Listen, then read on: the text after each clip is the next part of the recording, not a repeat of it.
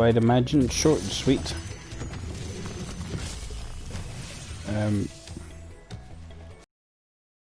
Talking about the interesting circumstances that now surround the champion. Obviously, everything has been completely thrown into whack. Announced that all of the European matches would be taking place in August, all of them. So we're getting the quarterfinal. We're getting the round of 16s to the final in the space of, I think it's 16 days between the round of 16 that's yet to finish and the final. So 2 and a bit weeks of European football, because I imagine the Europa will be happening around about the same time. Can't wait for it. I think everyone's excited to watch the Champions League. Everyone was naturally excited to watch the Champions League anyway, because it's the chance to win what's arguably the biggest trophy in club football. It probably is the biggest biggest trophy in club football. I mean, for a lot of these clubs, the main is probably your domestic league titles. But let's face it, once you win the Champions League, you know, there goes a bit of a difference when you're talking to a professional footballer 20 years down the line after retirement, and you're saying, well, you know, he dominated his home country, but never won Europe. Or you're talking to a guy who gets introduced as a several-time Champions League winner. You know, you're dealing with a bona fide legend, top of the absolute top, which is what you would say for the likes of Ronaldo and most of that Real Madrid team, obviously. So, why is this year's Champions League interesting?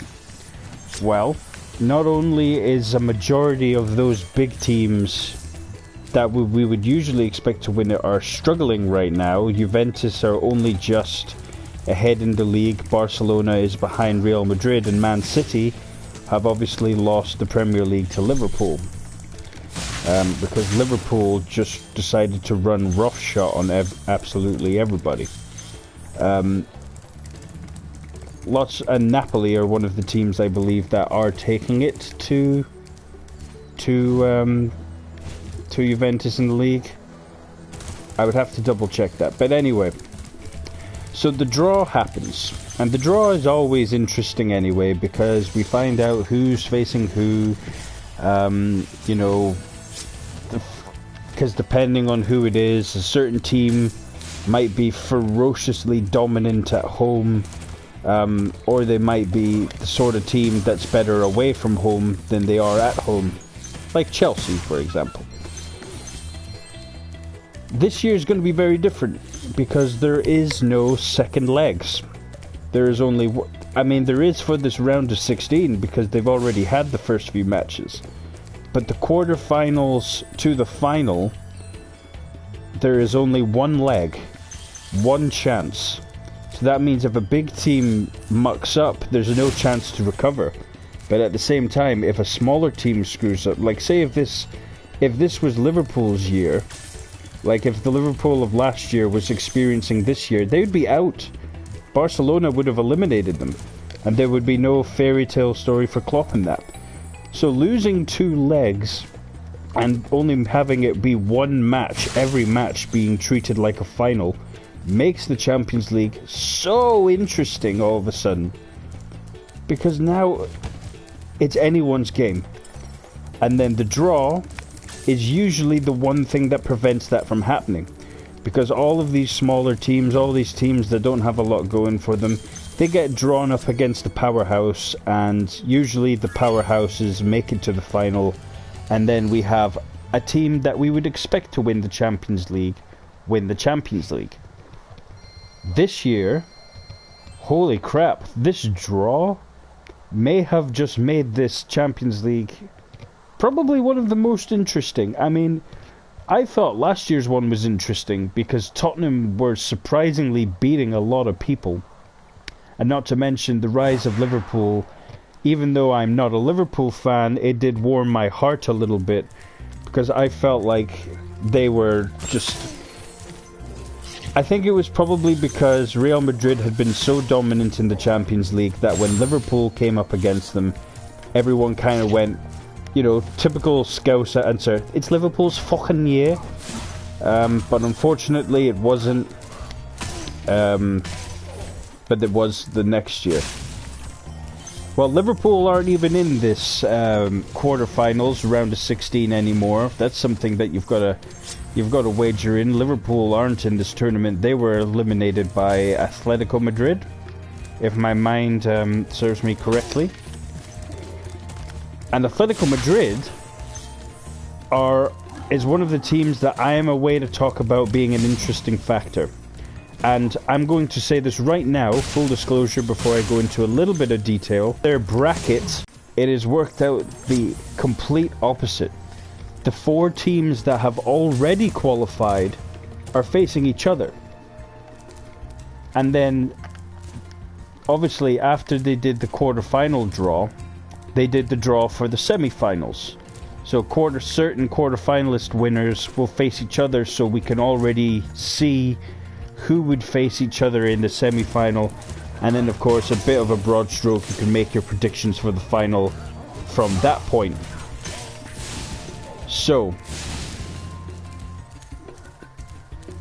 I believe that the first round of 16s that we're getting is, yeah,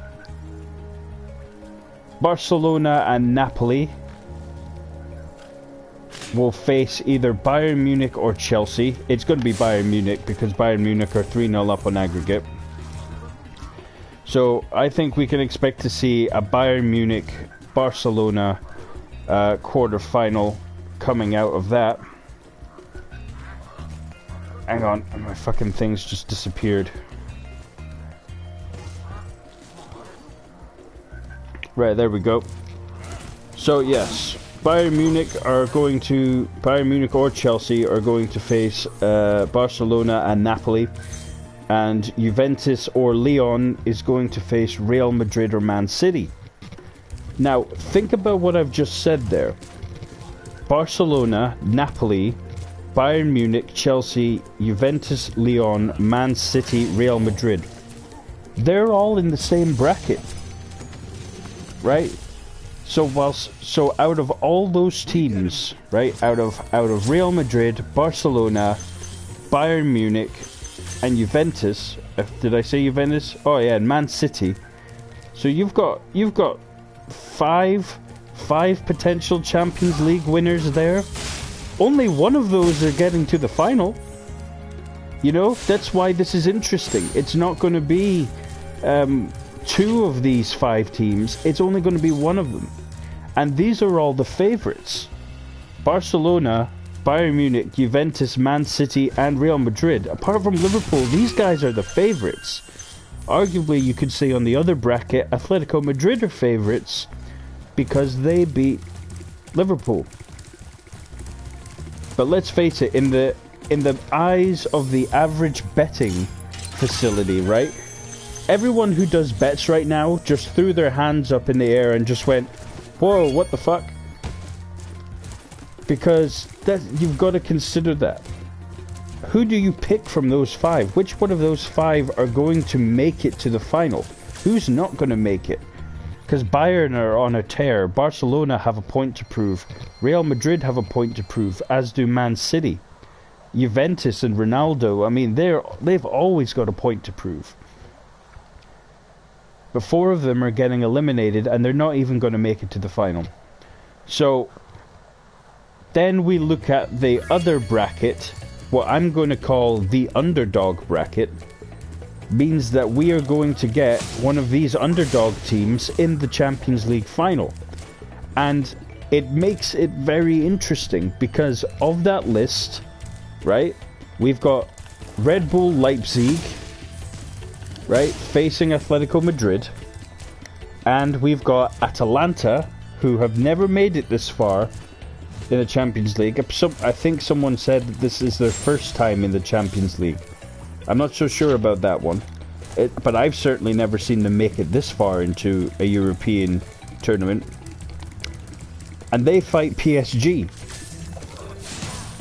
right? So Atalanta, Leipzig, Atletico Madrid, or PSG are going to be in the final.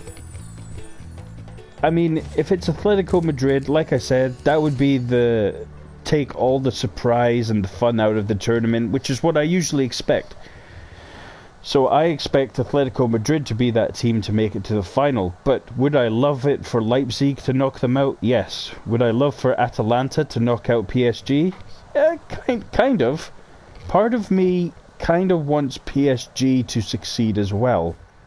Because it's getting sad. You know, the lack of European success for PSG is so sad.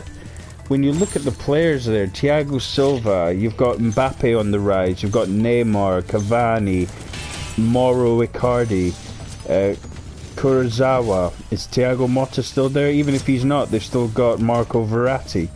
You know, the PSG team is a team that deserves some big trophies, and obviously they get them in France, but that's not really considered that high achievement anymore. It'll be treated like a bigger deal when someone other than PSG wins the Liga 1. But that is a completely different, you know, conversation. So I think we've got to talk about the possibility of, unless there's a big upset, there's going to be an Atletico Madrid Paris Saint-Germain semi-final. And all honesty, if you're asking me to pick a winner right now between PSG and Atletico Madrid, I can't do it. Because I think it would probably go to penalties, because I cannot pick a winner. Atletico Madrid are in such a good place, and this is an Atletico Madrid that no longer have Griezmann, right? They've sold Antoine Griezmann, and all of a sudden, right, Barcelona, they're still where they should be. They've got Griezmann helping them maintain their position, but you've got Atletico that are still just punching at this high level. Unquestionably the third best team in Spain. That's without question. So when you look at that, you think, well, okay, so if it's not going to be Barcelona and Real Madrid, surely this might be Atletico's time to win the Champions League. And that's my prediction, is that they will make it to the final, but I don't think they'll win it. I very firmly believe that one of those 5 teams in the Champions bracket, or we'll call it the Favourites bracket. Champions bracket's a bit patronising. In the Favourites bracket, one of those teams are going to win the Champions League. I mean, it's just a matter of who, and I can't tell you who. I can tell you who I think it won't be, like who I think is least likely to win it out of them. And at the moment, I would say the least likely to win it is probably Real Madrid or Juventus. Simply because of this first leg, Juventus are 1-0 down and Real Madrid are 2-1 down. But Juventus, you know, that's a home goal they've got to fight against. So if they score a goal, then it's fine. It goes to extra time. Man City won 2-1 away from home. They won 2-1 at the Bernabeu against Real Madrid. So Madrid need to score 2 goals without conceding to get through. And if they do concede, well, then we get extra time as well. So when I put it like that, I actually think Real Madrid are the least likely out of the bunch to get through. I think Man City are going to do a classic match.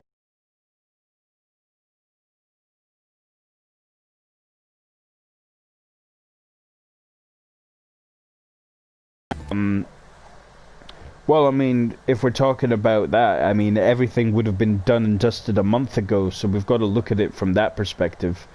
I think when I think about it like that, I think Barcelona would have won it. You know, Messi's been promising for the last couple of years that he was going to win it and bring it home to Barcelona. He hasn't, and I wish he wouldn't do that, because it's like, I promise, you know, I'm going to bring this back. It completely undermines the rest of the team. But anyway, that's why I don't like Messi. Not that I'm saying he's a bad player, I just think as a person, he's like, everyone thinks Ronaldo's arrogant, but it's like, whew, Just wait, man. The dude's been brought up in Spain. He's going to be anything but humble. Oops. Sorry to any Spanish viewers, but that's I just call it the way I see it. But is this not intriguing though? I just think, oh, I would just love for an upset to happen. I would love for Atalanta to dump out PSG and for Leipzig to dump out Atletico Madrid straight off the bat. Man City knock out Real Madrid. Fucking give us Lyon knocking out Juventus. Bayern are going to knock out Chelsea. That's done. Fuck, I'd love it if Napoli knocked out Barcelona. It's like, we need some new teams up there, you know? We need some freshness. And Liverpool have been able to provide that freshness a bit.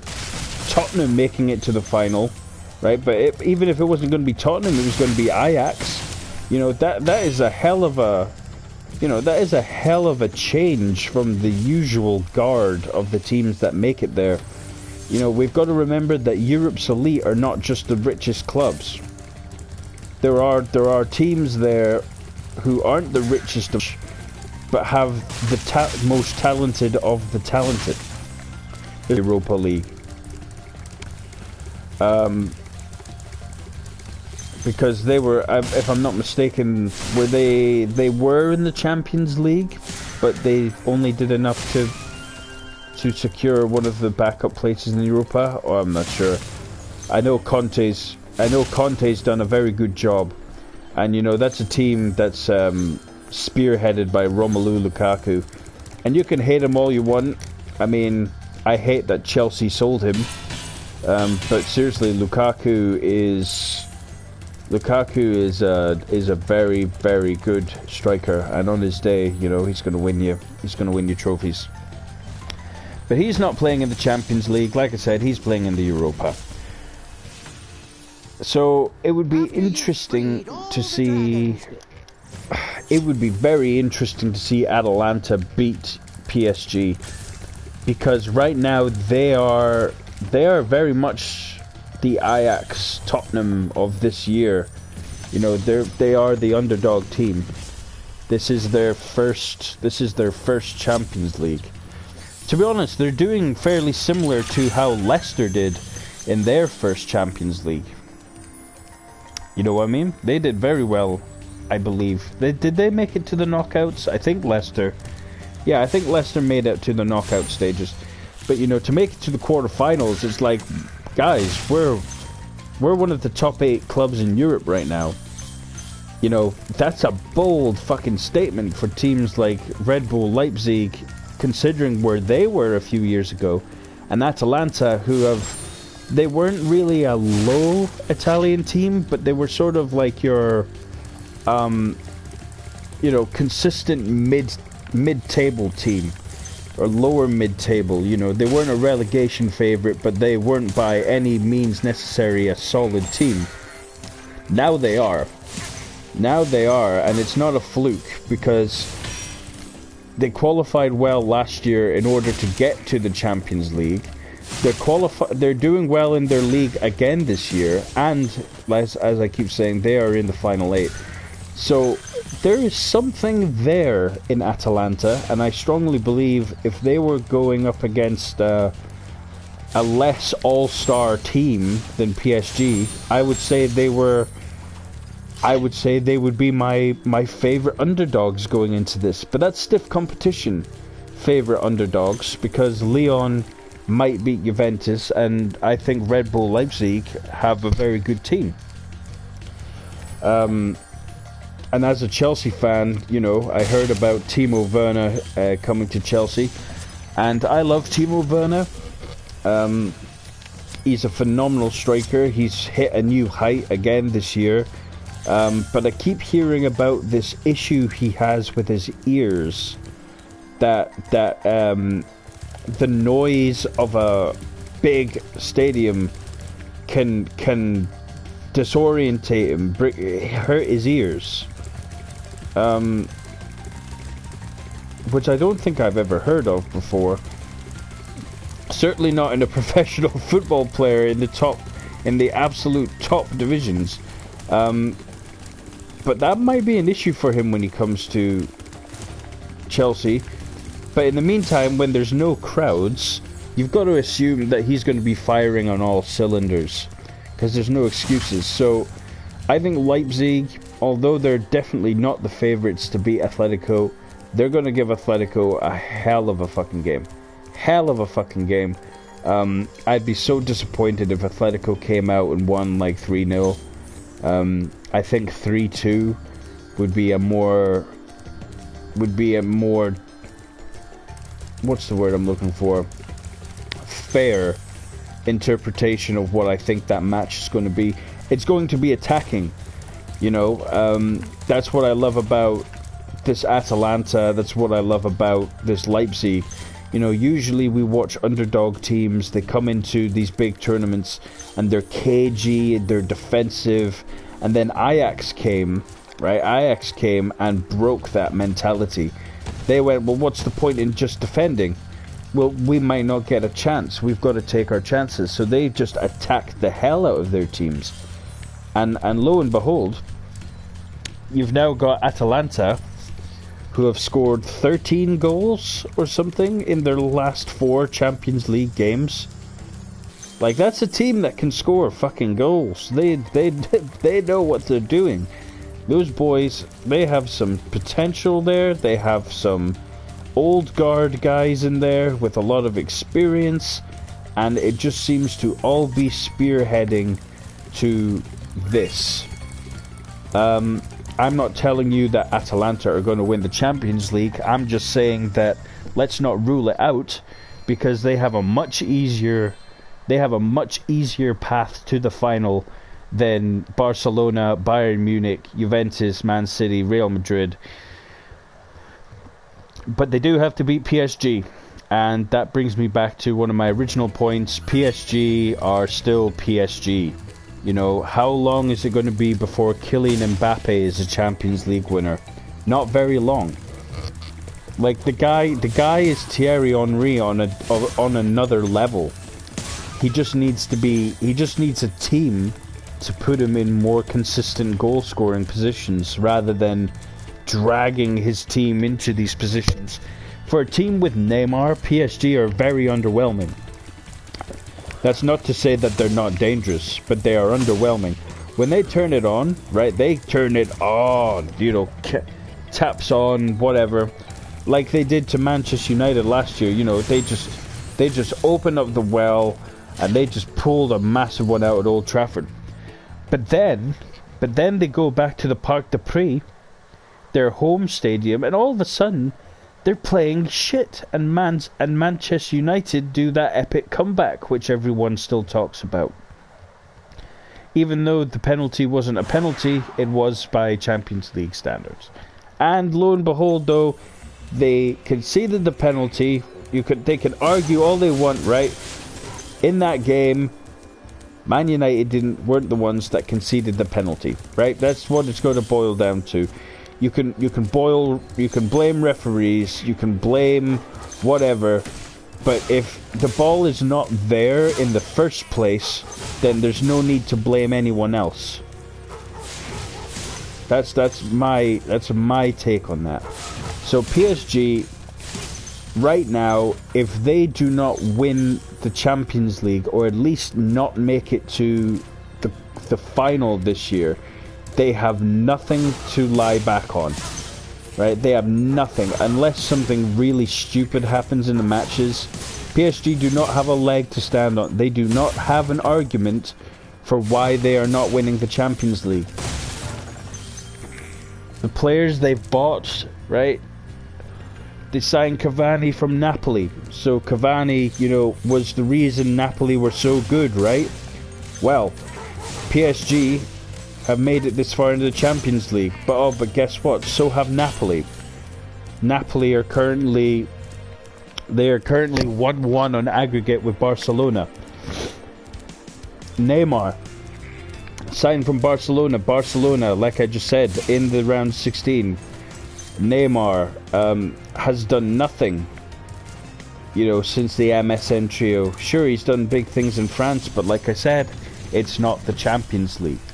Neymar was signed to PSG for twice the money that Ronaldo went to Juventus to do the same thing. Look, we need this high caliber player to be the difference when we challenge for the Champions League.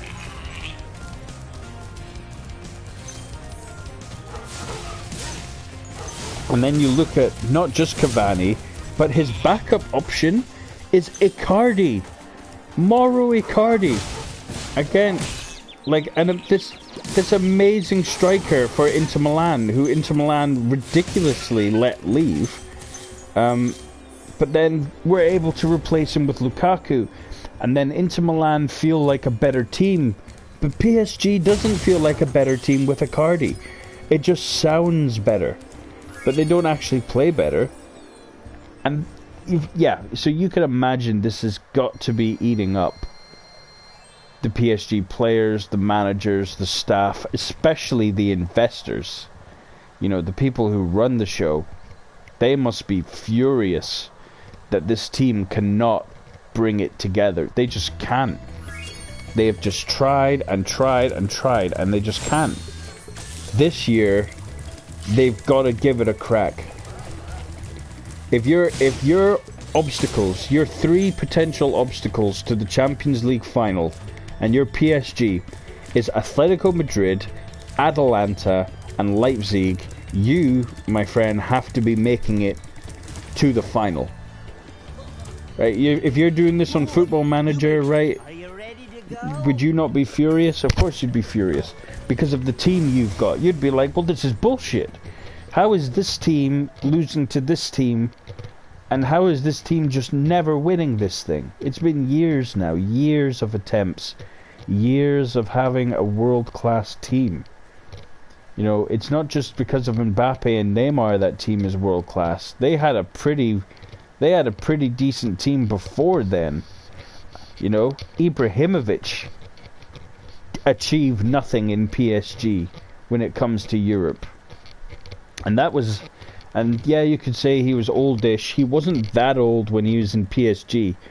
Zlatan, when you look at numbers, he technically should have been in the prime of his career when he was at PSG. And you could probably argue he was. Still wasn't enough to win the Champions League. You know, I just think PSG, out of all those teams, they have the most to prove.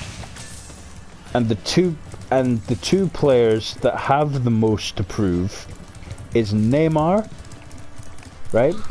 And Messi.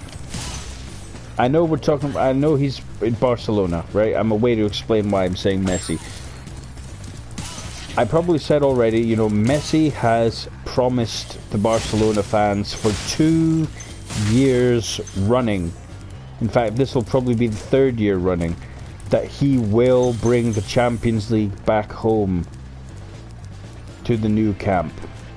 He has failed twice.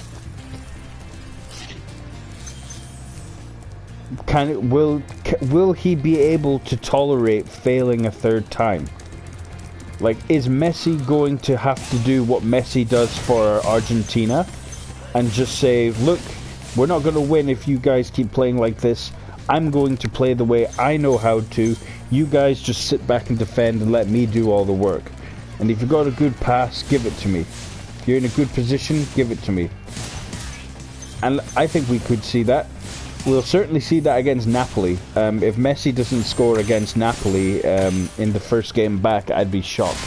I'm predicting he'll probably score. I think 2-0 Barcelona, 2 goals, 1 in each half from Messi. That's my prediction for Napoli versus Barcelona. Because as much as I would love Napoli to knock them out, I'm a realist. I like fantasy, you know, results as much as the next guy. But you know, I'm accurate. Like, everyone told me that I said Liverpool were going to win, and everyone said, well, they're probably just going to go bottle it. And I said, not this year. This year, they're the team to beat. Like, this year, this is when everyone should fear them. And then they came up against Barcelona. It looked like I was going to eat my words, and then I ended up being 100% right.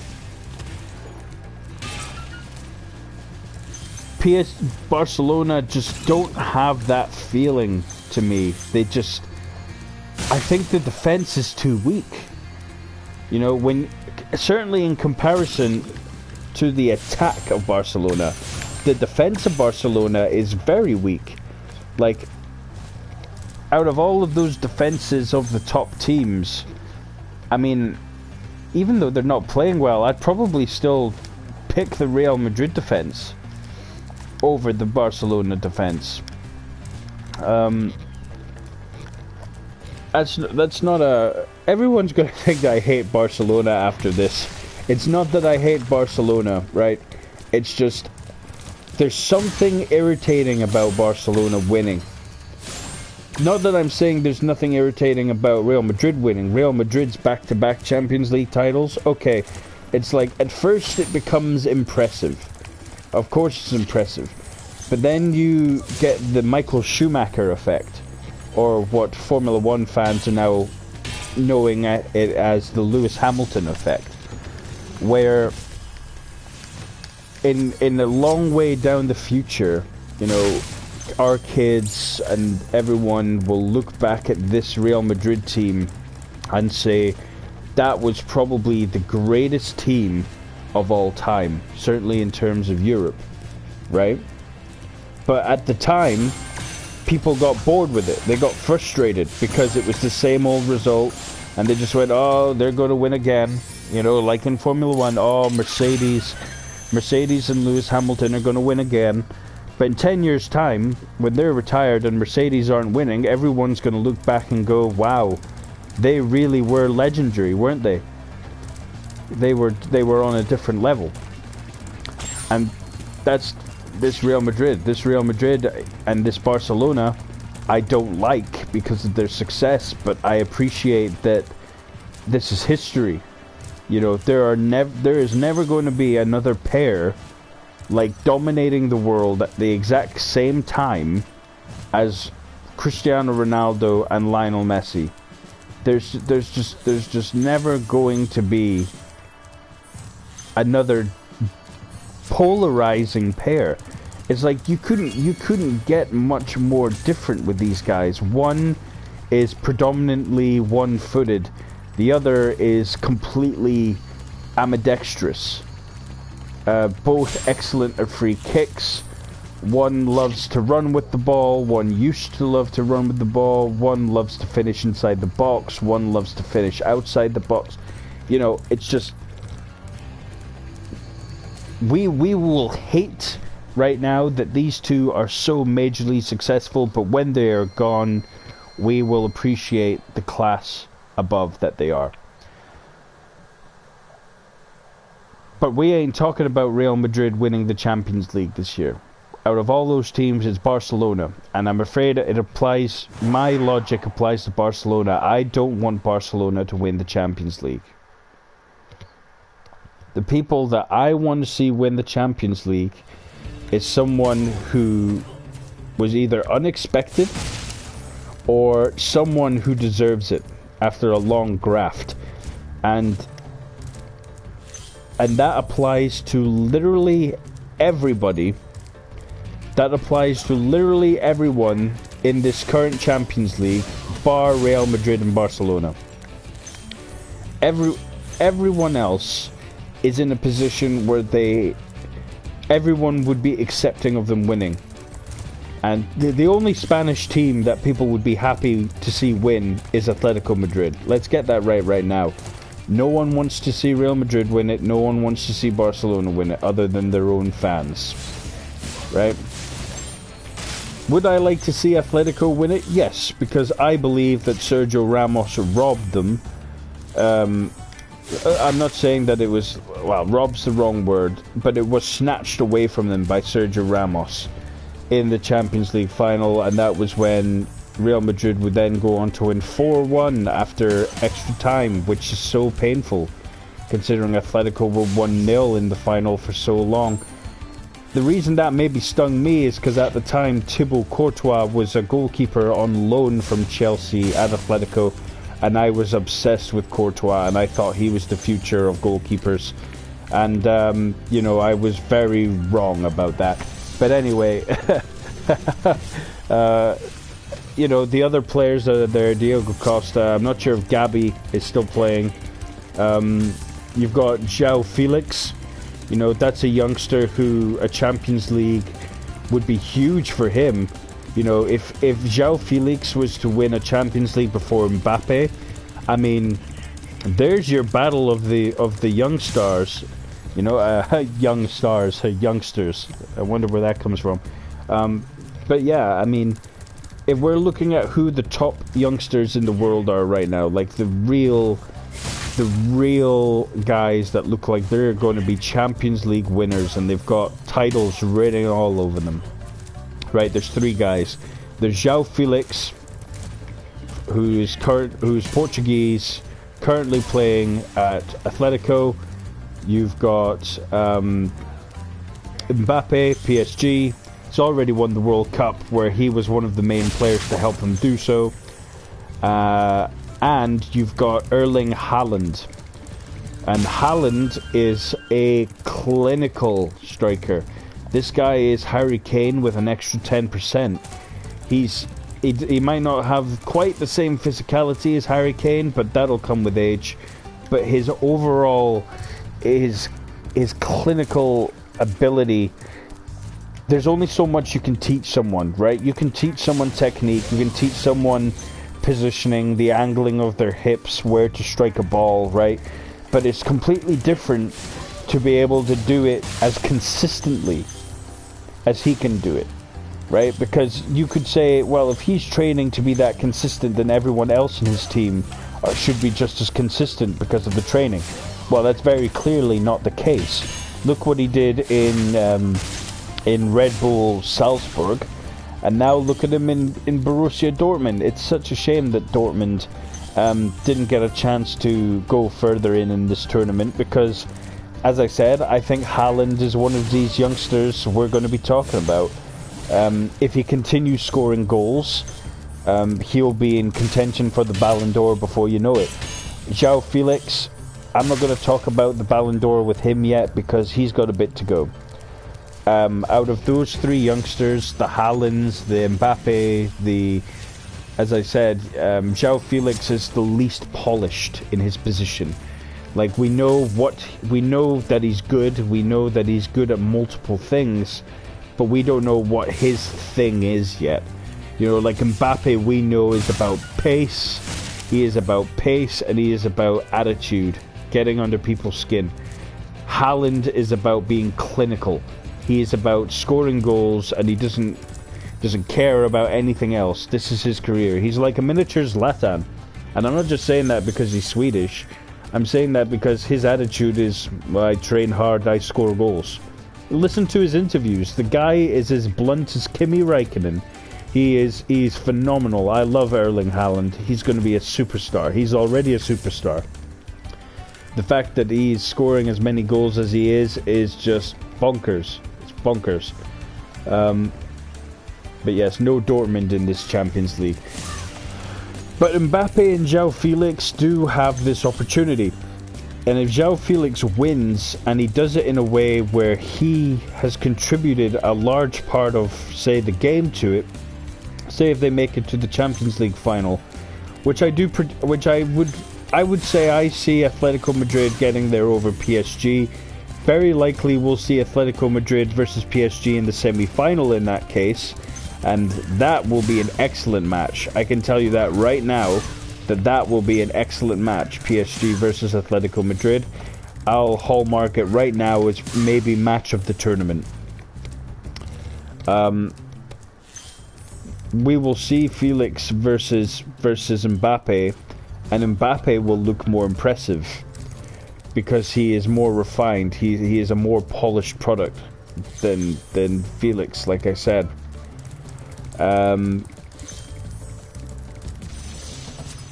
I think it would be the rest of the Atletico team that would help Felix get to the final, whereas in PSG it would be Mbappe who's helping PSG reach their heights, if you know what I mean. So like Felix is like that, he's a solid player, he's part of the team, he's part of the reason why everyone's there, because he's there. but he's kind of like, he's there. He's part of the team. He's not the driving force, the main inspiration, you know, the main engine in Atletico Madrid. And Atletico Madrid is very much their defense and their midfield, which Felix is a part of. But when you watch the games, it's not about him. But he does do his bit. Whereas you watch PSG, it's all about the front three. And yeah, you know the midfield and you know the defense anyway, but it is all about those front three. Those front three are the golden boys, because PSG tried to do a Barcelona. They wanted their own version of MSN, and they got MIN or MCN, depending if they play Icardi or Cavani. But so far, it hasn't really converted into a European title. I don't know. But you see what I mean? This is how the Champions League has just gone from, oh, well, at least it's back on in August, to, oh, shit. This is still the Champions League. This is still a chance for a team to win big, big money. Yes, there's a lot of teams missing out on the gate from playing in front of their home crowds, right? But the winnings, but the television rights, just the opportunity that comes with making it far in the Champions League is so invaluable to these teams. Like Atalanta, all these smaller teams, they're rolling. They're loving this. They are loving this. And I wholeheartedly hope that one of them win. If I was to be biased, I would want Leipzig to win, because it would mean that Timo Werner was arriving at Chelsea with a Champions League trophy. But I'm going to be realistic, and I'm going to say that Leipzig isn't. Momentum is a powerful thing, mentality is a powerful thing, and I just think that out of those two teams, Leipzig and Atalanta, I think Atalanta is the more likely to pull something out of the bag. But you know what's interesting though? I'm going to talk a little bit more about the bigger teams, because I'll admit this Champions League, though it has this strange setting, it has a familiar feel to it about how the league has gone, who's made it, and who deserves it, what the emotions are, and all that. Teams involved. This has a very similar feeling to it to when Bayern Munich won the Champions League over Borussia Dortmund. And because Bayern Munich always shine, they always shine when it's multiple top teams in a difficult position, right? A lot of the time you'll see, you know, the odd upset, a big team occasionally get eliminated, but it's very rare that a lot of them are struggling to the point where we've got quite a few, you know, surprise names in the knockouts. But I seriously think Bayern Munich are one of the favourites for this, because no one has put in a performance like they have thus far in the knockouts. It was pretty cagey between Liverpool and Atletico. Leipzig, I think, got through pretty well. Atalanta, they got through. But I don't think it was that easy for them. And then you've got Bayern. No, we'll just beat Chelsea 3-0. You know. And with considering their league is also finished now, you know, because the Bundesliga only has 34 matches instead of 38, all of a sudden Bayern kind of feel like the favorites of the big teams. I mean, they're not the favorites on paper, but well, even then, you kind of look at the team and you think, why aren't they the favorites? So many of those players have held the World Cup with Germany, and a couple of others, a couple of the others with other teams. There's a couple of World Cup winners in that team. There's Champions League winners in that team. There are guys that have won the Bundesliga, is it 8 or 9 times with Bayern. Like, is it just me? Because now, the more I think about this, the more I realize Bayern look good. Like, Bayern look really, really good. And this is a team that just lost Iron Robben and Frank Ribery. You know, that big losses, but yet they retained their title in Germany.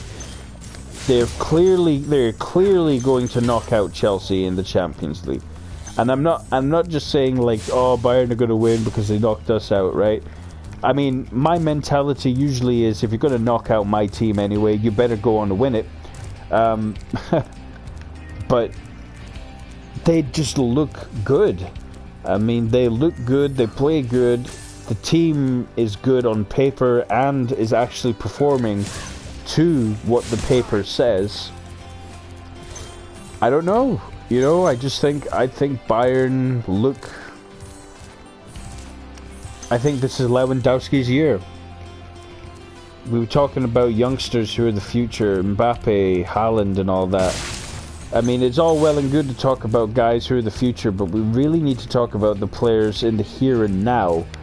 And we need to talk about the fact that when Messi and Ronaldo retire or slow down, there's still going to be Robert Lewandowski, who's got a couple of years left in him, in his good form. And the man is, without question, I think without question, the best centre-forward in Europe. And that is against some pretty damn stiff opposition, as you know, that is against some very, very, very talented players. I'm making that comparison, but Lewandowski is more talented. I mean, you look at all of the results, right? You look at Messi. Messi's got 20 or so goals in La Liga for Barcelona, amazing. Ronaldo, 20 or so goals in the Serie A for Juventus, amazing. And I think actually someone scored more goals in Italy than Ronaldo. I think it might be Ciro Immobile. And then you've got Lewandowski, who scored 30, almost 40 goals in his league. You know, in his league, not for his team, in his league. For his team, he's probably well above that. Like, the man is on shit-hot form, and he has been for the last 6 years or so. I mean, he was red hot in Dortmund. When he came to Bayern, I mean, it had the desire to... What he wanted to achieve by leaving Dortmund to Bayern, he achieved. He took his career up to the next level. And was that the year he moved to Bayern? I can't remember if that was the year he moved to Bayern when they won the Champions League, or if that was when Lewandowski still made it to the Champions League with Dortmund, only to lose to Munich. But either way, like, the guy is pedigree, he is quality.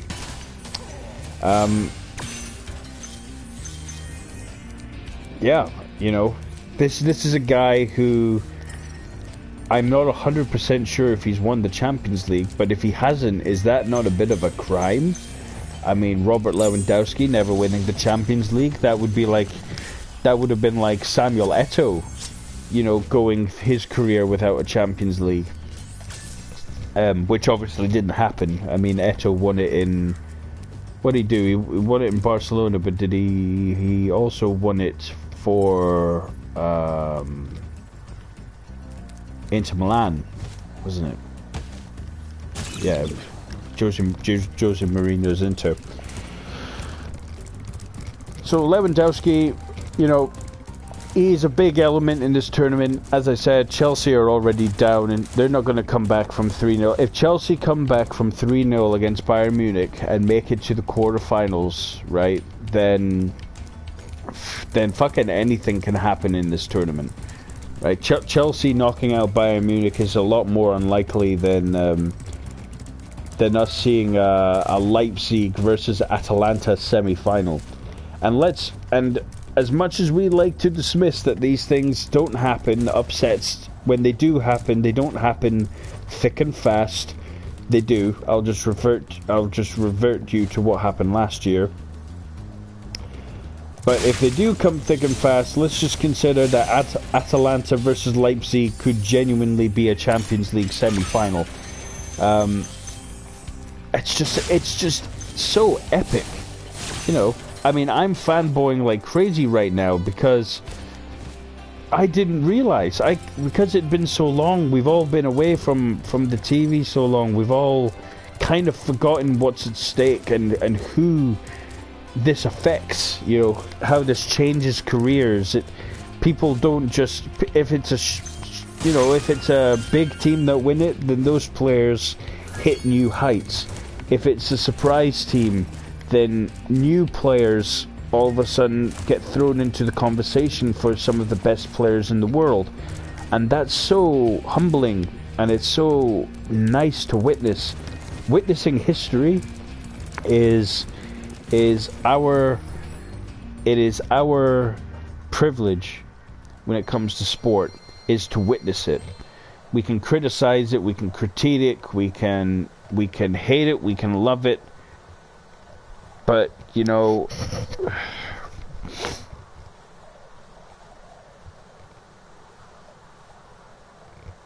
yeah. I just think this Champions League looks seriously epic. And there's lots to say. There's lots to do. There's lots of players that are going to have their careers changed a bit. And when I mean have their careers changed, I don't mean that they're going to have a slightly better FIFA rating next year. So obviously not what I mean. Although that'll be a factor. Barcelona, Napoli, Bayern Munich, Chelsea, Juventus, Lyon, Man City, Real Madrid.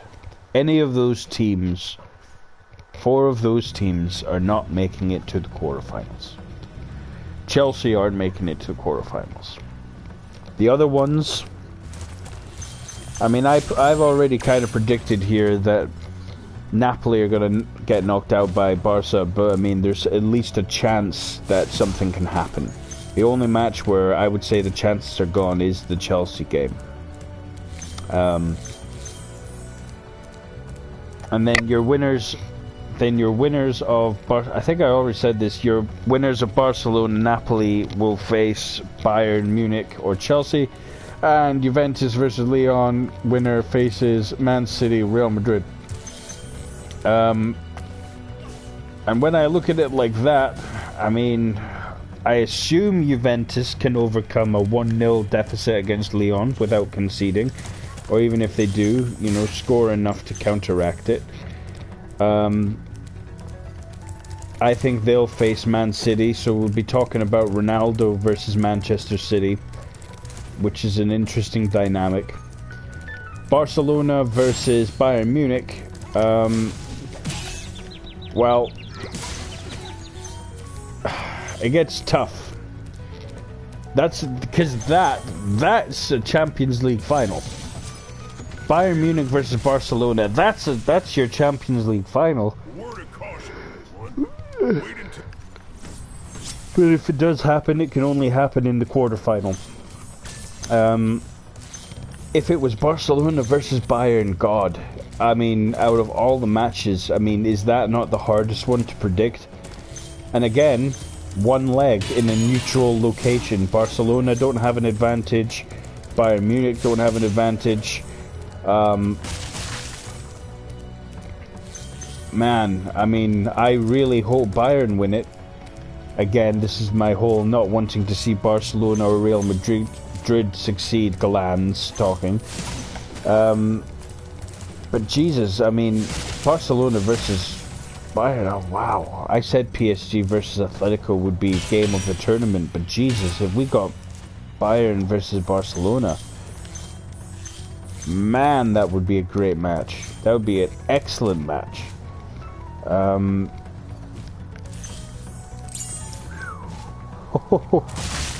You've just got to picture it, you know. You've just got to imagine how that would go down. Who would be the team to come out on top? Who would be the team to ultimately get humbled? Because two big teams like that, when you lose, you can only be humbled. Yeah, I think though in my heart is telling me that I would want Bayern to win, but I mean my head, the statistical analysis part of me is fairly convinced that Barcelona are going to be the team to make it to the Champions League final. I just think Messi... The thing is with Messi and Ronaldo, and the reason why they're so big, is because they make these promises to themselves and to their fans, and they are so good that they keep them, that they can drive a team to follow through on these incredible, you know, ludicrous goals that they set for themselves, but they still achieve it.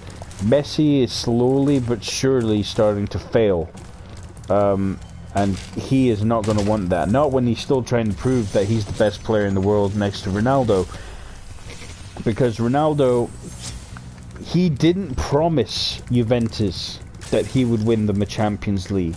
Juventus signed him on the basis that if anyone can win us Champions League, it's Cristiano Ronaldo, right? So yes, in that regard, Ronaldo might fail, but is he the guy that failed Barcelona? Is he failing Juventus, or are Juventus failing Ronaldo? If Ronaldo is still your top goal scorer, but you still can't get him to win the Champions League, is that on the rest of the team for just really not being up to scratch?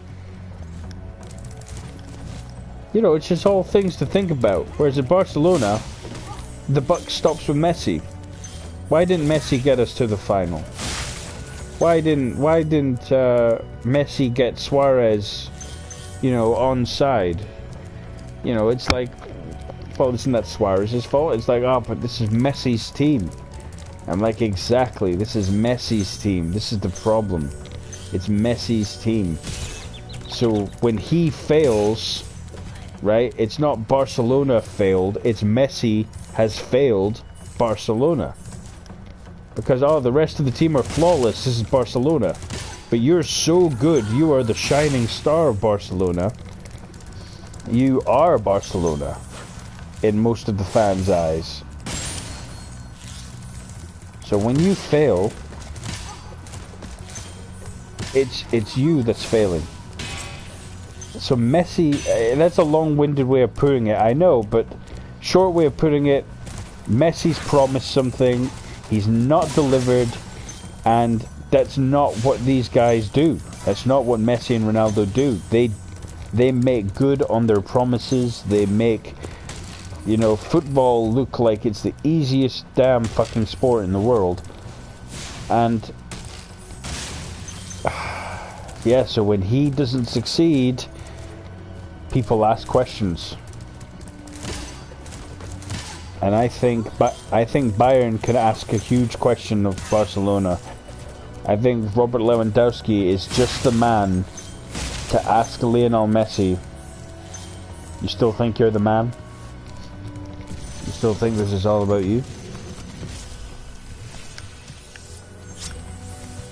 I don't know. I love a little bit of animosity in my sport as well. But yeah, I mean, come on, we've got to be realistic though. I mean, Barcelona are probably, as I've already said, the favourites to win in the average fan's eyes. I would say that they aren't. because of the draw. The draw has changed everything. And it's not cliche, the draw really has changed everything. It's pretty insane when you think about it, really. Just so different, isn't it? Ah, oh, it's exciting. It's exciting. It's thrilling. It's something. It makes you passionate. You know, it just makes you passionate.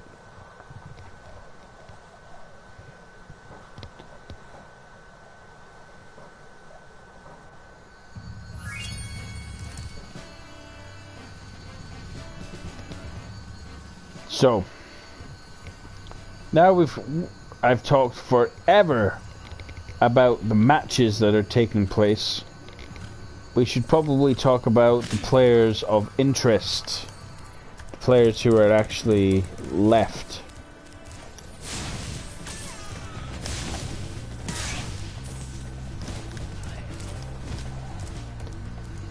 Players of interest, top goal scorers. Well, the guy who scored 10 goals, who's currently second, he's out. That's Mr. Erling Haaland. 10 goals in the Champions League. Not bad for 550 minutes. So, players of interest still in the tournament. Robert Lewandowski, who is the top goal scorer of the tournament. 11 goals, 2 assists. He is 5 goals ahead of Tottenham's Harry Kane, Napoli's Mertens, and Bayern Munich's Serge Gnabry. Gnabry has so many goals because he totally ripped apart Tottenham in their games. Kylian Mbappe, PSG, spoke about him. Raheem Sterling, Gabriel Jesus, both at Man City. Memphis Depay, Leon, if you're a Man United fan, you'll remember him. Mauro Icardi with 5 for PSG. Ilicic with 5 for Atalanta. 4 for Real Madrid's Rodrigo. Same for Karim Benzema. Same for Leipzig's Timo Werner. And also Leipzig's Marcel Sabitzer. And Emil Forsberg. A lot of players with 4 goals for Leipzig.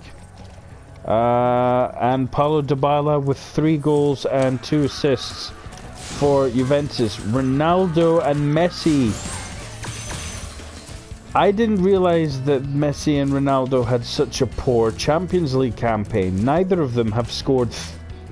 none of them have contributed to more than 4 goals in the Champions League. Because that's the minimum here. The bottom of this list is Paulo Dybala, 3 goals, 2 assists.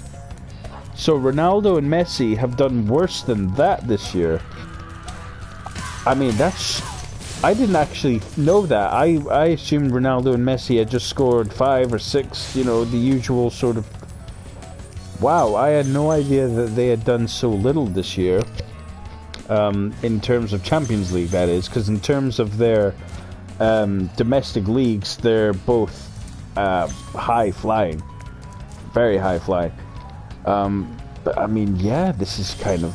I did not know that they were... off the pace. Maybe Barcelona. You know, this really makes me think about my Barcelona are the favourites comment.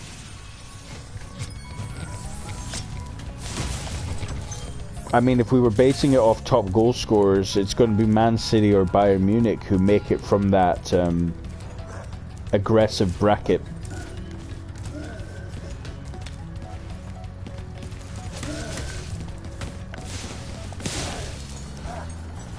Just, yeah, I mean, this Champions League, man, I mean, usually it gets intriguing. And it's probably because we've had so long to sit on it, whereas it would have been done and over with. Oh man, you know, it's just... It's hype. It's hype. It's intrigue. It's suspense. It's seeing if people can still hold their own. And Man City have proved that they kind of can, but they're also proving that they're having issues. Barcelona are not as playing as well as Barcelona aren't playing as well as Real Madrid, but Real Madrid are just a way to get knocked out unless they change something dramatically against City.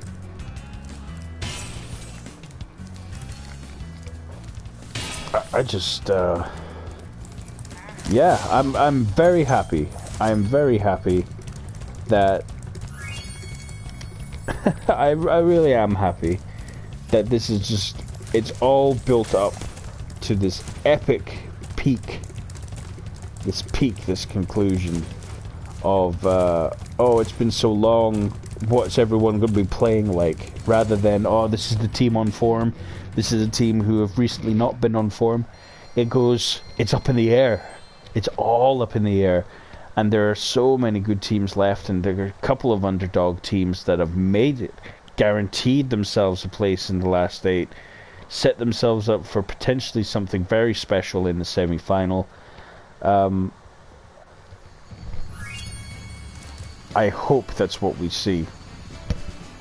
I really hope we see something special from one of those underdog teams, because it will really, it'll turn everything up. It'll turn everything up from a 10 to an 11.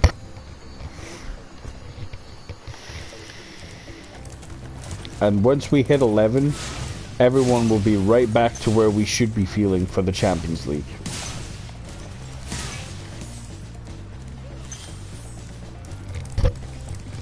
So awesome, isn't it? It's just awesome.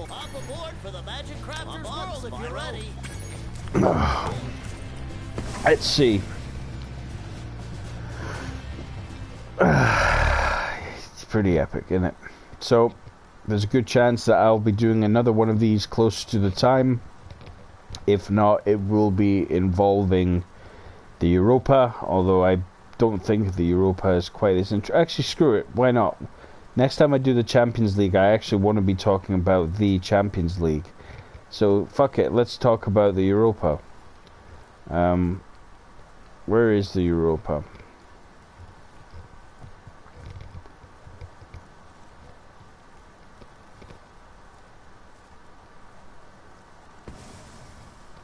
Quarterfinals to be confirmed, huh? That seems a bit odd. I thought we would have done that already. So what we got? We've got Basel and Frankfurt. Basel 3-0 aggregate advantage. Leverkusen Rangers. Leverkusen 3-1 advantage. Besiktas 1-0 advantage over Copenhagen. That's an away aggregate. Inter Milan against Getafe. They haven't had a first leg. Man United Vela versus LASK. They have a 5-0 advantage. They're getting through. Sevilla versus Roma. They never played a first game. Shakhtar versus Wolfsburg. 2-1 Shakhtar. And Wolves drew 1-1 with Olympiacos in Greece. So that's still very much up in the air. I think, yes, that means that they have a half goal advantage. Because for those of you who don't know, the away goal rule is basically a goal and a half for an away goal. It's the simplest way to think about it. I'm sure there's a more complicated way to explain it when you actually get behind the scenes, but to me it's a goal and a half, and that mentality hasn't led my calculations astray.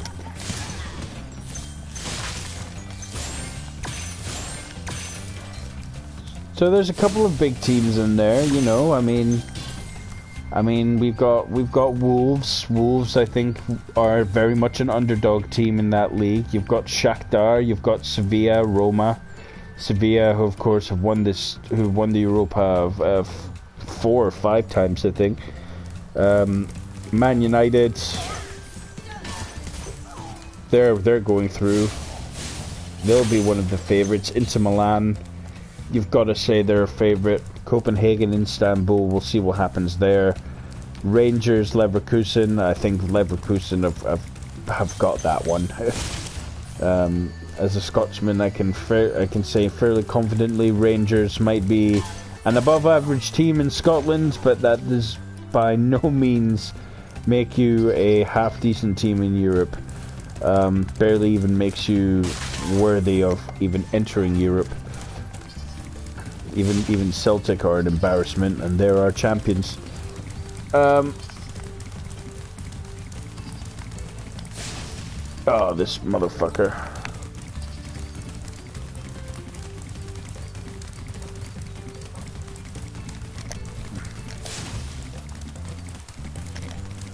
Sorry to the viewers if they're getting dizzy. I am too. You motherfucker. Right. Thank God that's over. Whew. Basel getting a good result against Frankfurt as well, or Basel, however you want to pronounce it. They'll do fine. They'll be fine.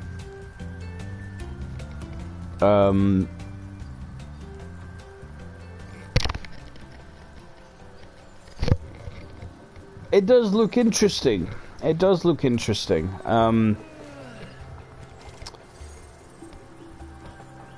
Wait, so are some of these quarterfinals? How is this working? Oh, it's getting kind of confusing, really. Well, I mean, from that list,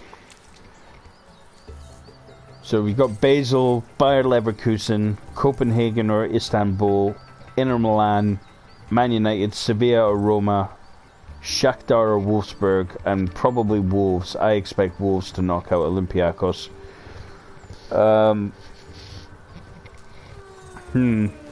Tough, and then we don't know the draw. The draw would completely change everything.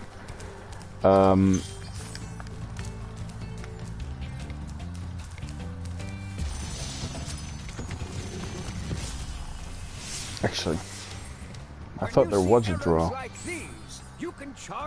They just did the Champions League draw, so surely they would have done the Europa draw. Excellent. Go ahead. Try it.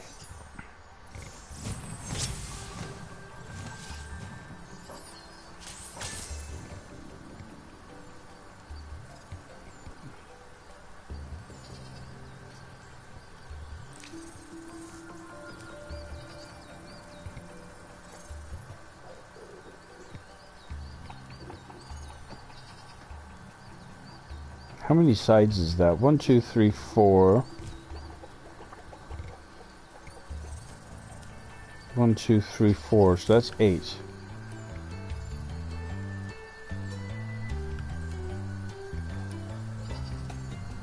Right. Okay. I'm with it. I'm following what's happening now. Okay. So.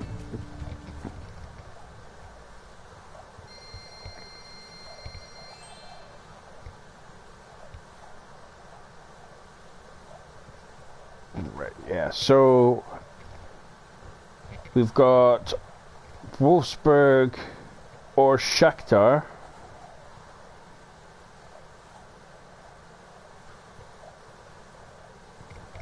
And they will play Frankfurt or Basel. Man United will face Copenhagen or Istanbul. Inter Milan or Getafe will face Rangers or Leverkusen. I think I can safely say that's going to be Leverkusen versus Inter. And Wolves or Olympiacos versus Sevilla or Roma. So Sevilla and Roma and Wolves, Inter, Getafe, Rangers. Sorry, I'm currently doing this as I'm looking at it because it is because this is news to me.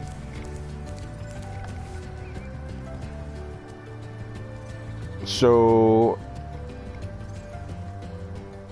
quarterfinalist 4 was Wolves and Olympiacos or that.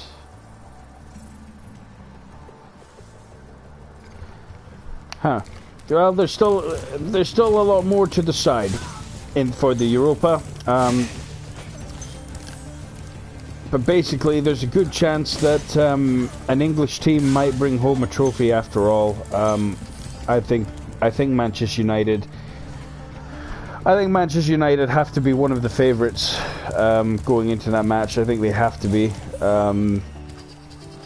Yeah, I mean, with the way Chelsea and Arsenal took the with the way Chelsea took it over Arsenal, there's kind of a feeling of Manchester United missing out. Because I remember they won the Europa with Jose Mourinho, and they said, you know, they were happy about it, but ultimately the fans still felt like they were underachieving, which I think is disgusting, because I almost guarantee that right now, if Ole Gunnar Solskjaer, right, was to go on and win the Europa, you were going to have Manchester United fans at home singing Ole's at the wheel. I guarantee it. I so guarantee it. And it's down to the way the football is played. It's completely down towards the style of the football.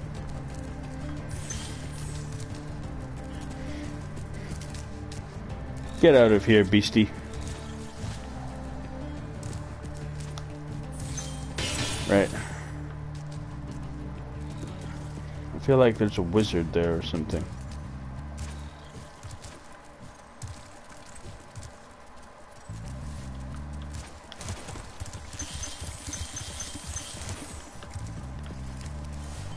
Get out of here. Get out of here, you big nasty beastie, you. Get out of here. Right. Yeah, Manchester United, I would say, probably favourites. Inter Milan, if they don't meet Man United before then, I'd be down with that being the final. I think it would be very boring to see Sevilla up there again. Mind you, the Sevillan team is nowhere near as good as the one that was winning the Europa beforehand. There's not really that many teams that I would consider a dark horse that have the potential to pull an upset. I mean, there might be a couple. I mean, maybe Roma, maybe. But I'll admit, the Europa is a little bit tougher than the Champions League, because in the Champions League you really do have these clear-cut favourites. But all of them have distinct weaknesses. They either have a weak defense or they have an attack that just isn't as clinical as it needs to be. But when we're talking about the next class of European football, and there's none of the big teams. Like, I mean, that's the thing. I mean, usually there's a couple of big teams who don't make it to the Champions League, or are those people that have been you know, those people that got knocked out in the group stages of the Champions League that came third. I mean, they're your favourites. Majority of the time, they're your favourites. So, I mean, Inter Milan, to me, is a favourite. Because why wouldn't they be? I've already given you reasons why Inter Milan's a good team. Them, Manchester United, Roma, Sevilla. You know, there are teams to shout about in this Europa, but there's none that you can be like 100% certain this guy is going to win, this team is going to win.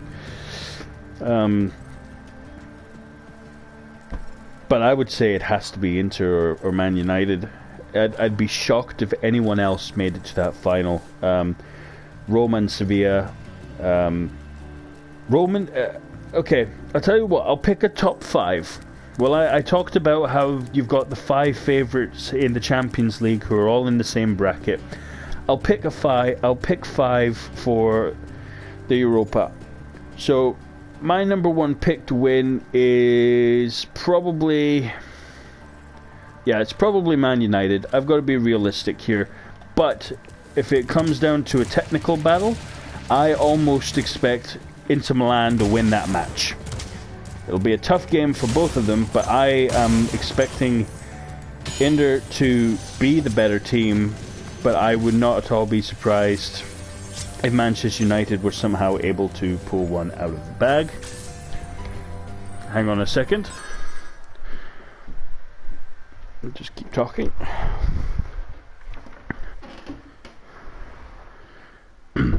Yes, you're going to enjoy this one.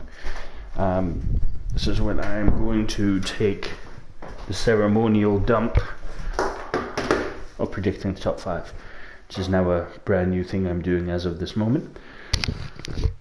So, Inter Milan, Manchester United, I think are the favourites to make it to the final, unless there's, due to the draw, they aren't going to be able to. Actually, I've just checked. And Manchester United will not be facing Inter Milan before the final. The only one out of the team, they face all the other ones actually. All the other teams that I've speculated could be a threat. So the top 2, actually, yeah, I was in the middle of top 5. Yeah, so top 2, Man United, Inter Milan.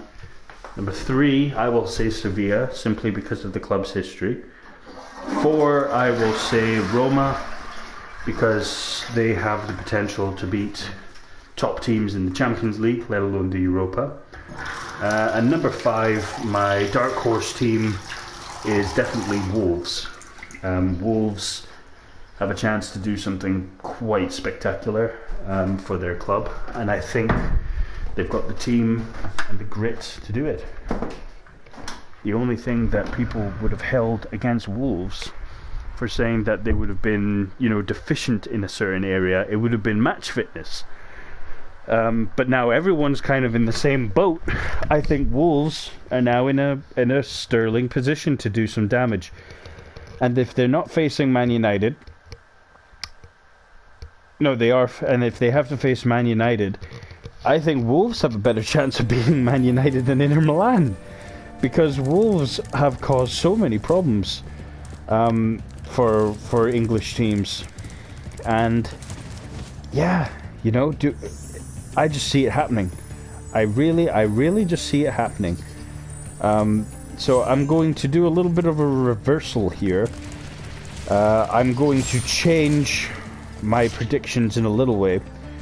I'm going to say that Roma is my number 5 pick. Sevilla is my number 4 pick. Wolves are my number 3 pick to win the Europa. I still believe it's going to be a Manchester United Inter Milan final, but if it's not going to be Manchester United, it's going to be Wolves. It's going to be an English team in at least one of the European finals. There's got to be an English team with the dominance we've had over the last few years, both in the Europa and in Champions League. I just think, I think England needs to be represented. But I also believe that Italy is in dire need of some proper representation, and Antonio Conte with Inter Milan is probably one of the best ways to do that, if it's not going to be Maurizio Sarri and Juventus.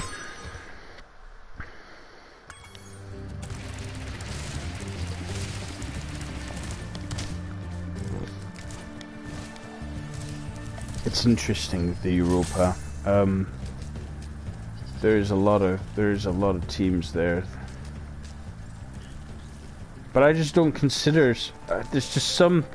There is a class above, though. There is a class above. It's not like the Champions League when everyone has a degree of confidence. There's teams like Lugano, Karabag. There's low-grade teams in the Europa. The top goal scorers, right, have 6 goals in the Europa, and there's 6 of them. Bruno Fernandes, Man United, Sporting Lisbon, 6. Kamada, Frankfurt, 6. Sporer, who's Sporting Lisbon and Slovan Bratislava, is 6. Alfredo Morelos, 6 for Rangers. Edin Visca, 6 for Istanbul, who turns out is not Besiktas, my mistake, is Başakşehir, Istanbul Başakşehir. And Diego Jota of Wolves, who is the main reason why I rate Wolves as a team. I think Jota is excellent. In fact, more than that, I know Jota is excellent.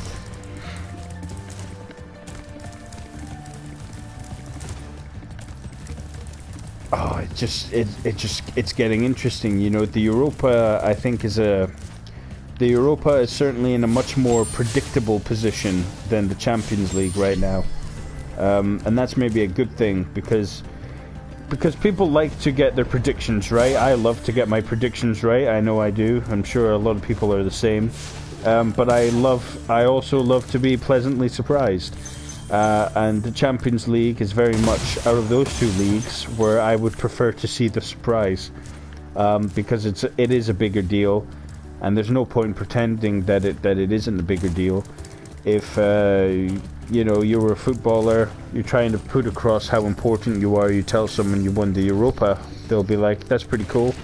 But if you tell them you've won the Champions League, then they'll be like, wow, so you're one of the best. And it's like, I am the best. And people wouldn't be able to make that argument.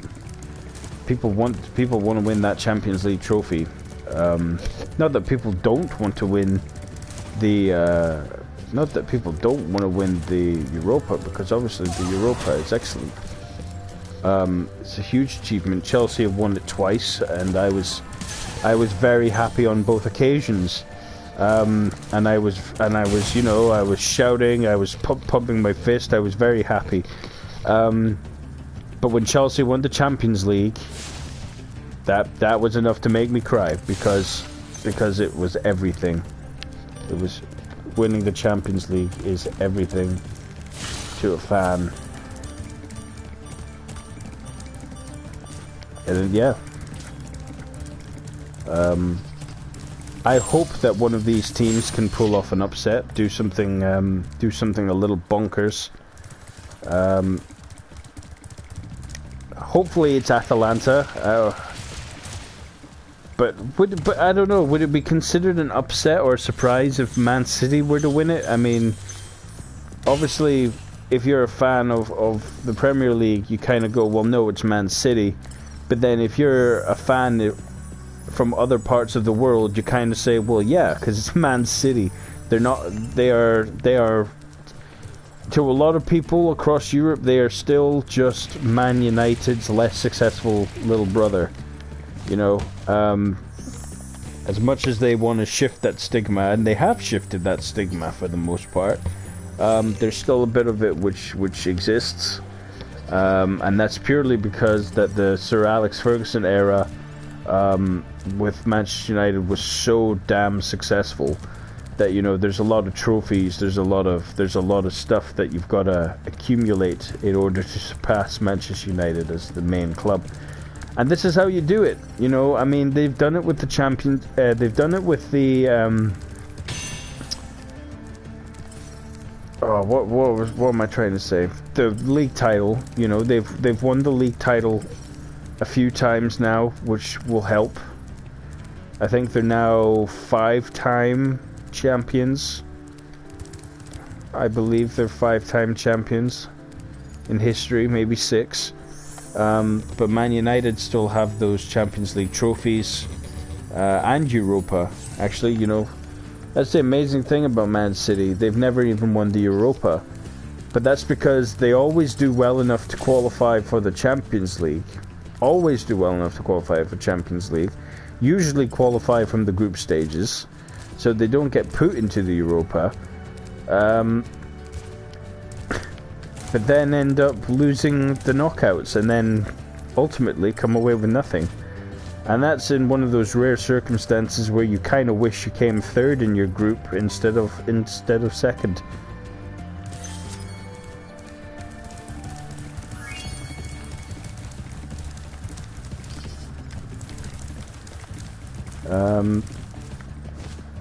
Man City could win this.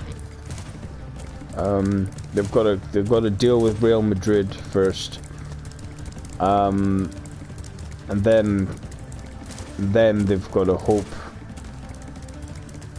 Here's the thing: everyone kind of stands a chance against. People stand more of a chance against Bayern Munich than they do Barcelona.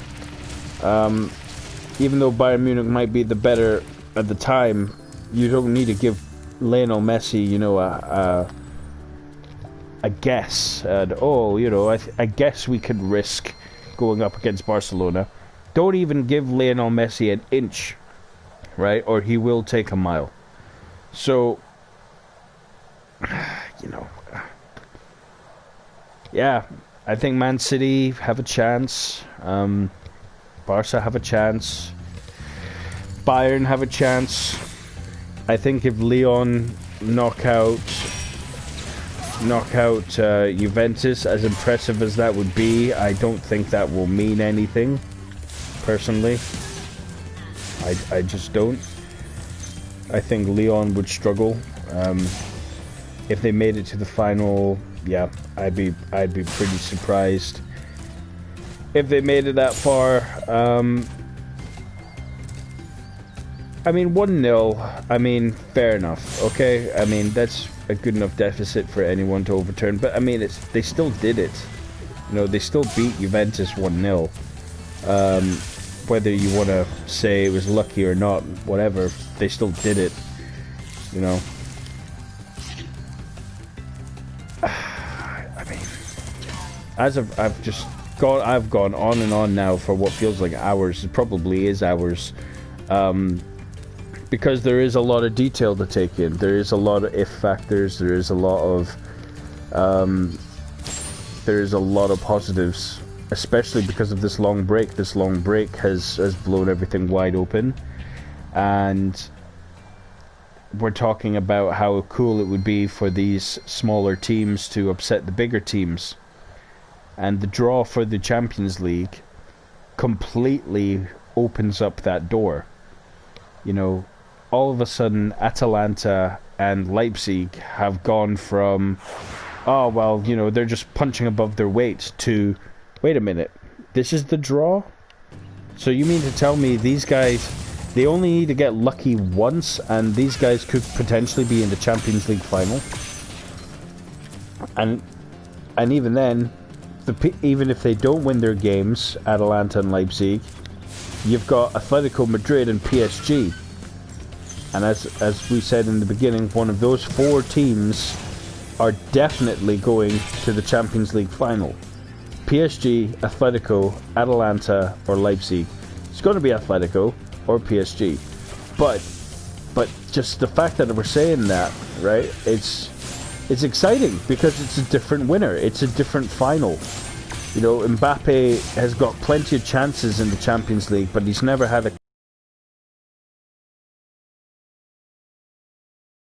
chance to reach Champions League final since leaving Barcelona. That's why he was brought there. You know, what would this mean to Cavani? What would this mean to Mauro Icardi? All these players that moved and were told, well, why'd you do that? They win this, then they can finally say, well, this is why. All those years of saying this team's nothing but money is over, because they win the Champions League. Atletico Madrid, you know, they need the Champions League just to continue the argument that they really are as good as Real Madrid and Barcelona, because that's an argument that they'll never want to drop, because that's how they make their money. That's their title. They are number 3 in Spain. And although that doesn't sound very impressive, if you're the number 3 in any top league, you are impressive. You know, maybe you're a bit less impressive in France, you know, Russia, places like this. But if you're 3rd in England, Italy, Germany, Spain, you're a threat. Like you are a threat. And that's what Atalanta are also proving, because they're basically 4th, I believe, in the Serie A. They were certainly 4th last year.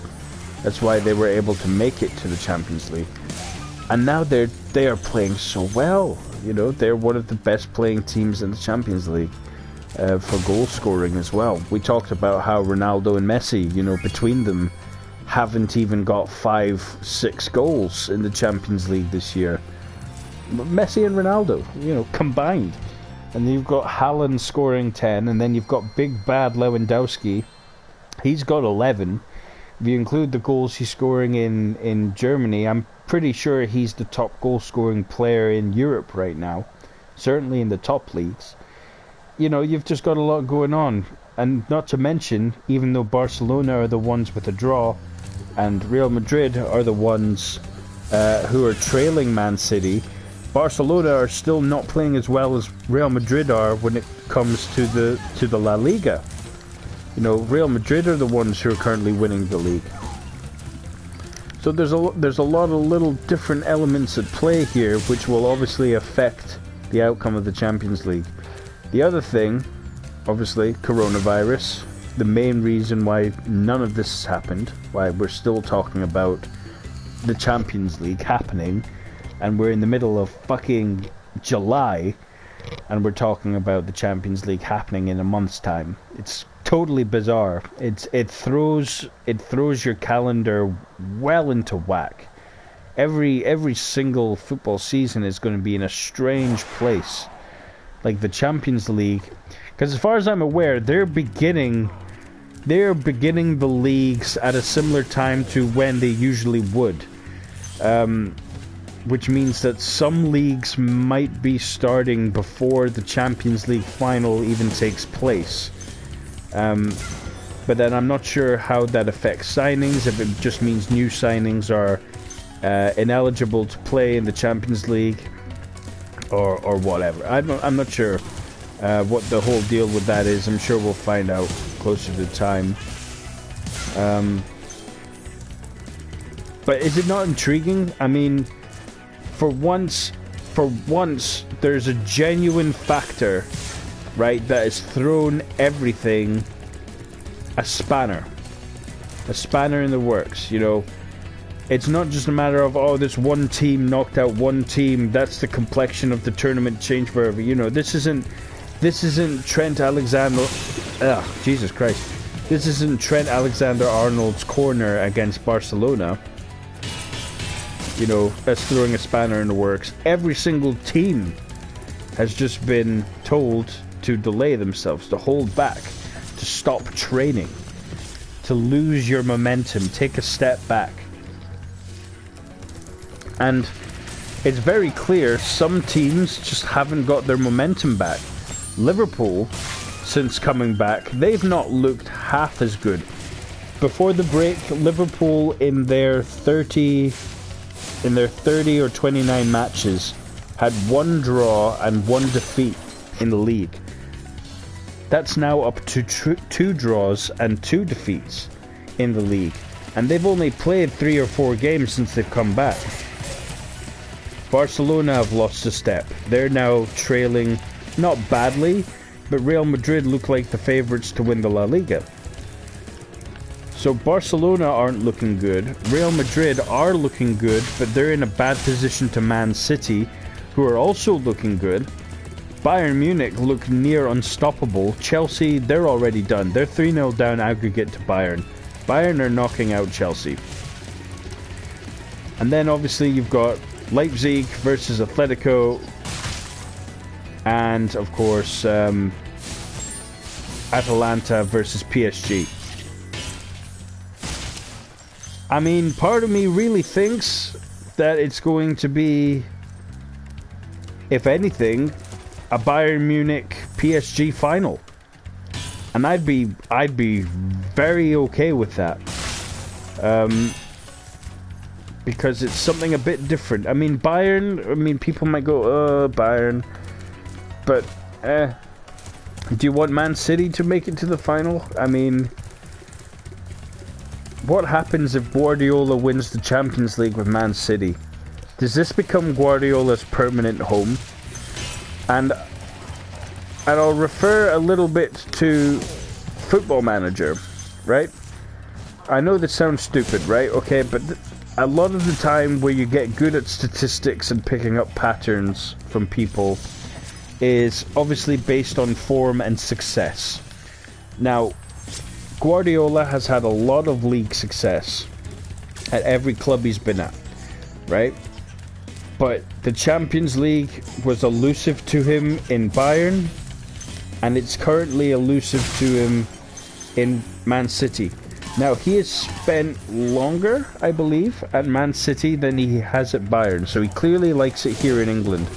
He identifies that his style of football works in a positive way in England, which, I mean, any 4-year-old could have told you, because it's one of the best style of footballs in the game, not just in the country where it originated from. Guardiola's style of football is good. If he wins the Champions League, based on what I would see from managers' form and decisions, if he won the Champions League with Man City, I think Guardiola, it would be hard to convince him to ever leave Man City. And, well, I say ever leave, at least for a long time. Like, right now, you look at Guardiola's form, you think, to be honest, 1 or 2 more years, he looks like he could be done. He might go back to Spain to be the manager that Barcelona really desperately need right now. Or he might go back to... He might go to PSG. He might do fucking anything. He's Pep Guardiola. He does what he likes. But god damn it.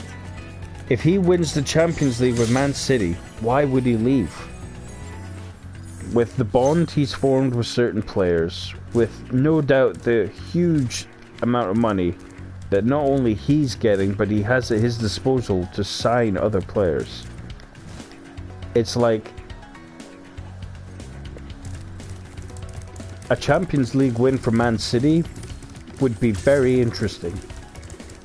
I personally don't want to see it happen, because I want Guardiola to leave the Premier League. Got nothing against him.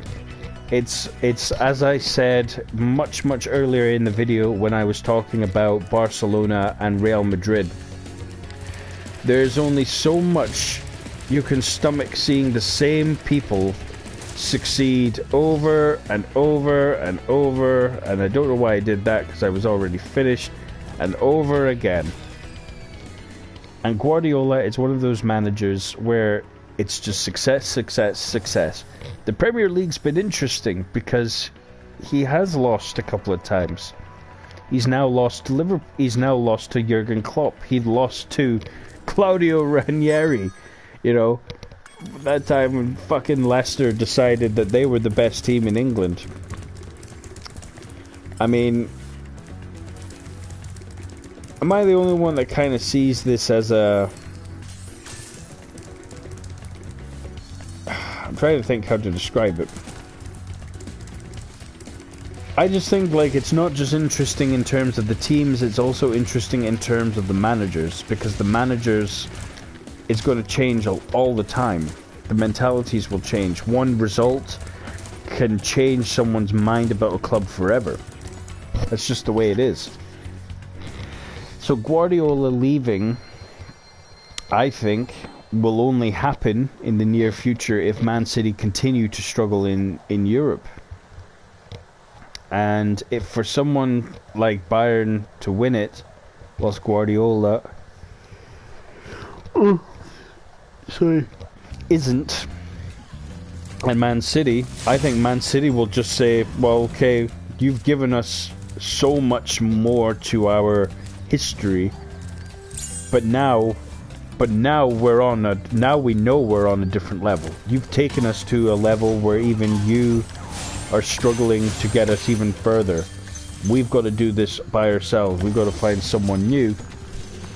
And that's when, you know, you'll get a young English guy come in to be the manager of Man City, and he'll win it his first season just to hack off everybody. No, I'm kidding.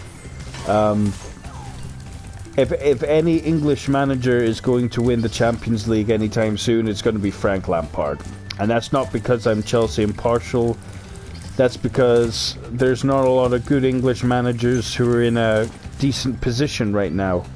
I mean, Brendan Rodgers, you can't count him because he's Northern Irish. He's not English.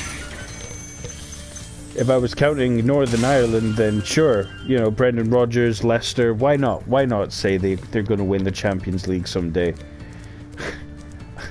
But yeah, just the Champions League, to me, it's always been,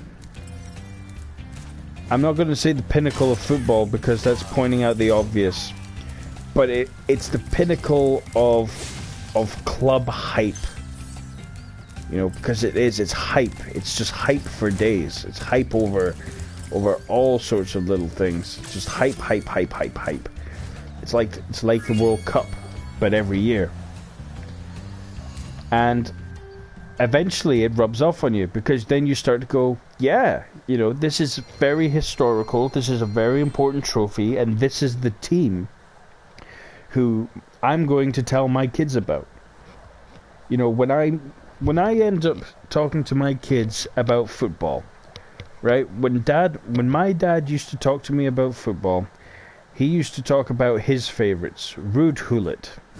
You know, he used to talk about what was the guy's name? Shearer. You know, Lineker. Gascoigne. Johan Cruyff.